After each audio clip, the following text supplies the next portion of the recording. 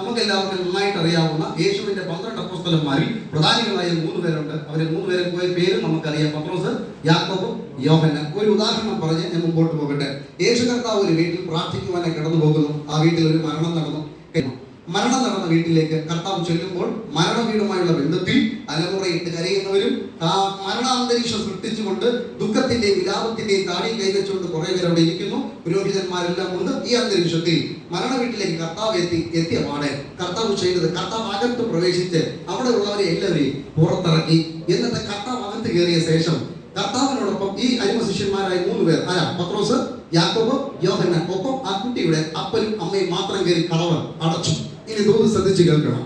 കർത്താവ് അകത്ത് കയറി അകത്തുണ്ടായിരുന്ന പലതിനെയും പുറത്തിറക്കി. അകത്ത് കേട്ടതിനെ കർത്താവ് അകത്ത് കയറ്റിയിട്ട് മരിച്ചു കിടന്ന കുഞ്ഞിനെ നോക്കിക്കൊണ്ട് പറഞ്ഞു, തലീഥാ കുമ്മി ബാലേ, എഴുന്നേൽക്കാം. കുട്ടി എഴുന്നേറ്റിരുന്ന് സംസാരിക്കാൻ തുടങ്ങി. കുട്ടിയെ പിടിച്ച് മാതാപിതാക്കളെ ഏൽപ്പിച്ചു. ഇവിടെ നടന്ന ഒരു പ്രക്രിയ ഞാൻ നിങ്ങളോട് പറയാം. അകത്തു കയറേണ്ടത് അകത്ത് കയറി, പുറത്തു പോകേണ്ടതിനെ പരിശുദ്ധാത്മാവ് പുറത്താക്കി. ഞാൻ നിയോഗത്തിനനുസരിച്ച് പറയാം. പത്രോസും യാക്കോബ് യോഹന്നാനും 3 പേർക്കും വ്യത്യസ്തമായ ചില അനുഭവങ്ങളെ കുറിച്ച് വേദപഠന പഠിതാവർക്ക് അറിയാം. ഒന്ന്, പത്രോസ് പ്രത്യാശയുടെ അപ്പോസ്തലനാണ്. യാക്കോബ് വിശ്വാസത്തിന്റെ അപ്പോസ്തലനാണ്.